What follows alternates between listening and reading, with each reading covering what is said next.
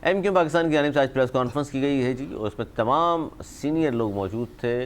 बिलखसूस उनके सरबराह डॉक्टर खालिद मकसूदी साहब ने प्रेस कॉन्फ्रेंस की। एक जानिब फारूक सत्तार साहब, अमीनुल हक, फैसल सब्ज़वारी, दूसरी जानिब मुस्तफ़ा कमाल साहब, अनीस कायम खानी साहब और दीगर लोग मौजूद थे।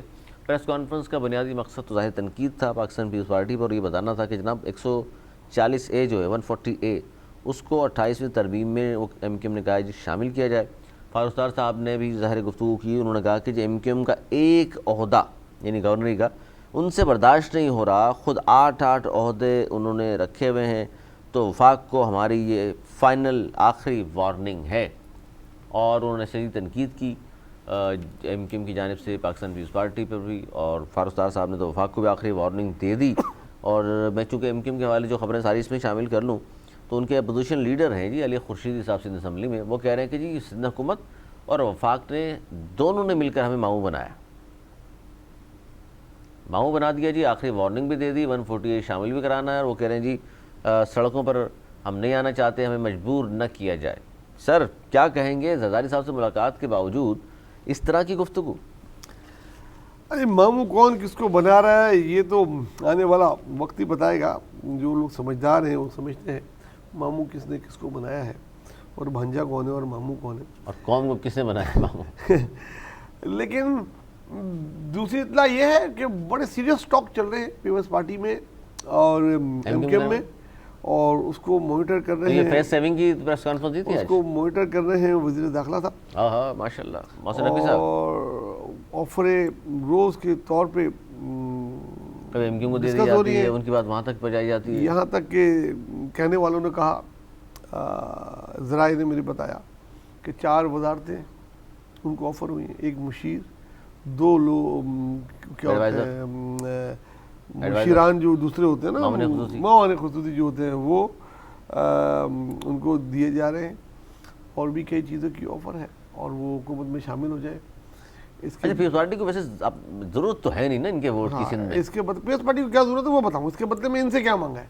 इनसे मांगा है 148 का ये रोना बंद कर दें। नहीं रोना बेशक रोते रहे, वहाँ जाके कुछ मत कीजिएगा, वहाँ नहीं करें, इसको शामिल नहीं करवाएं। एक इस पे से दस्तबरदार हो जाए, और दूसरे पे तो वो है ही वो सूबों की आवाज़ ही बिल्कुल हल्की होकर रह गई है गवर्नर के जाने के बाद। वो उन्होंने एग्जाम्पल दिखा दिया। लेकिन फारूक साहब तो कह रहे हैं आखिरी वार्निंग।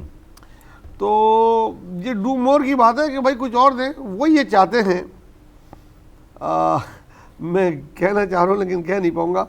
वो उनकी एक बड़ी ख्वाहिश है कि भाई ये पूरी कर दें, और अगर वो ख्वाहिश उनकी पूरी हो गई तो आप देखेंगे कि MQM जल्द वजारतों के मज़े ले रही होगी, सिंध गवर्नमेंट में भी झंडे वाली गाड़ी में घूम रही होगी। और ख्वाहिश क्या है सर? वो ख्वाहिश मैं आपको अभी बता नहीं सकता, थोड़ा सा इंतजार कर लें, इशारा कर दें। कुछ कराची हैदराबाद के सिलसिले में उन्होंने कोई डिमांड की है, खबर नहीं है। आप अपने तौर पे तुक्के मारते रहे, मैं उसको नहीं करूँगा।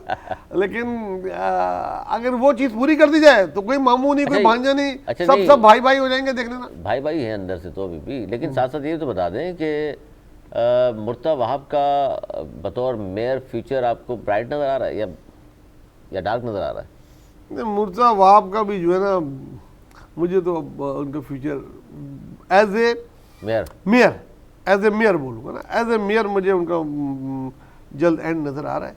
इसके बाद वो इसकी वजह क्या है? अच्छे काम नहीं कर रहे या और वजूहत? यार बहुत अच्छा चांस मिला था इसको, इतना ओपन कराची कभी पीपल्स पार्टी को मिला ही नहीं यार।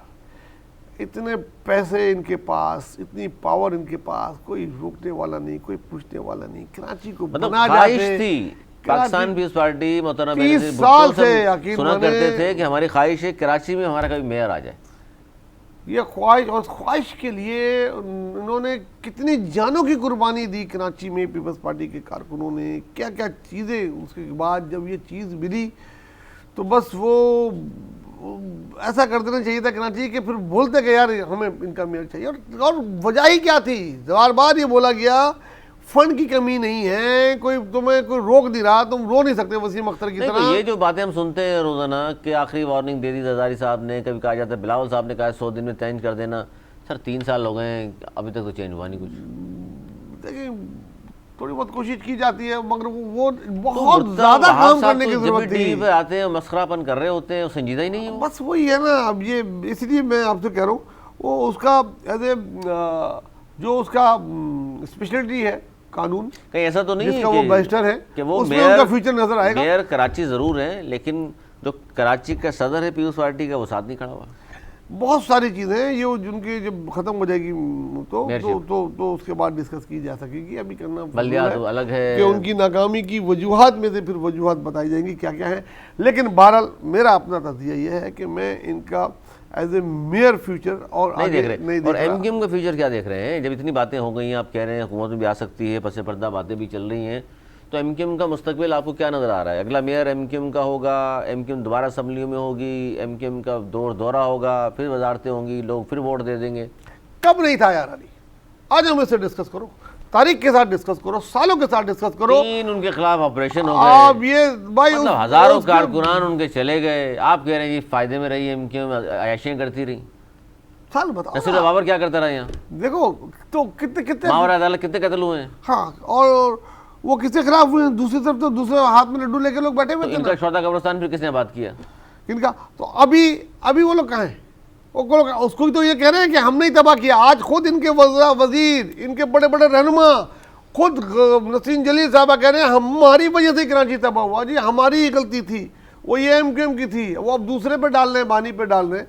खुद तस्लीम करते हैं मीडिया पे आके कि हमने देखे 89 से वजारतों में है। नहीं तो आपने इतनी बातें कर ली। वो कोई भी नवाज शरीफ की गवर्नमेंट हो, एक मिनट, नवाज शरीफ की गवर्नमेंट हो, पीपल्स पार्टी की गवर्नमेंट हो, इमरान खान की गवर्नमेंट हो, हर गवर्नमेंट के मजे लिए हैं इन्होंने, हर वक्त रहे हैं हुकूमत में, कब नहीं रहे, आज भी हुकूमत में है, हुकूमत में बिल्कुल। आज भी हुकूमत में है। तो अच्छा, मुस्तकबिल आपने दोनों एमक्यूएम लपेट दी। 16 से पहले वाली को भी आपने तनकीद, मैंने नहीं लपेटा, दूसरी वाली भी तनकीद। मैंने नहीं लपेटा बानी की वो पुरानी एमक्यूएम, इन्होंने खुद लपेटा है। पुरानी एमक्यूएम में क्या काम नहीं हुआ कराची में? ये हाल नहीं था, मैं कह रहा हूँ ऐसी एमक्यूएम नहीं थी जो 16 के भाई उसके मुस्तफा बाद कमाल किया है। साहब को दुनिया ने तस्लीम किया यार, काम किया। भाई किया है, सबने किया है। भाई पीपल्स पार्टी के सदर ने उसको एक्सेप्ट किया है, सबसे ज्यादा फंड दिए, उन्होंने काम किया है।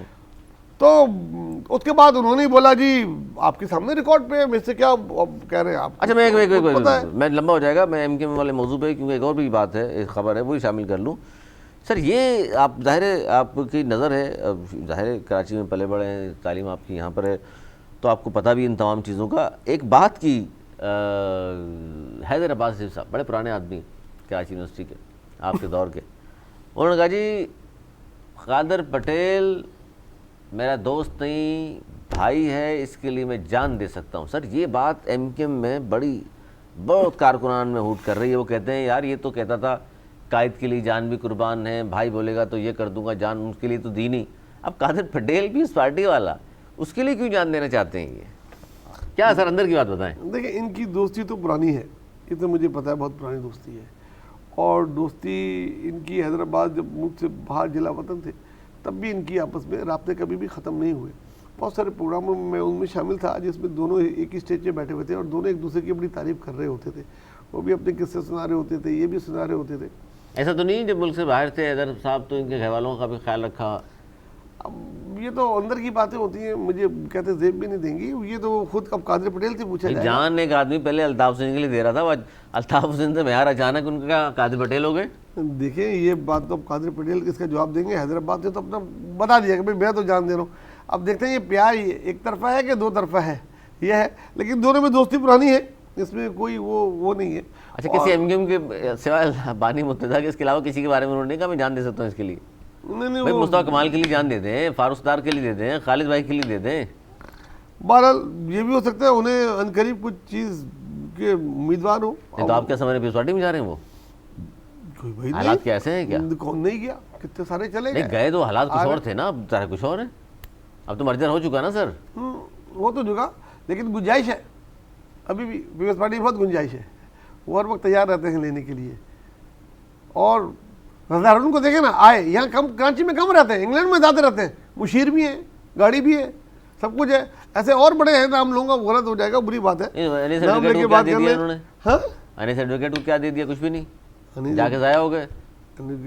हारून साहब कदकाड़ बेचारे क्या था और क्या करके बिठाया हुआ उसको घर, उनको क्या कर मुशीर है सिंध गवर्नमेंट के, वो हो रहते ही यहाँ कहाँ हैं? मुशीर सिंध गवर्नमेंट में देखा किसी उसको लिया है उन्होंने? 16 मुशीर किस टाइप के हैं भाई? तो बहुत सारे पीपल्स पार्टी में ऐसे हैं जिनके यार, उनका कद काट उनके बराबर है। वो कल बच्चे कल जो आए क्या बना देते, वजीर आला बना देते, कराची की रजा हारून को और क्या बेहतरी के बना लिए देते, इसके लिए कराची- बहुत है। एमक्यू में एक डिप्टी मेयर नहीं थे पीपल्स पार्टी को कभी, अच्छे से अच्छे वक्त में, तो वो तो मानते ये तो ऐसे कारकुन है आपका। हाँ। रजा हैदर तो कारकुन है ना पीपल्स पार्टी का।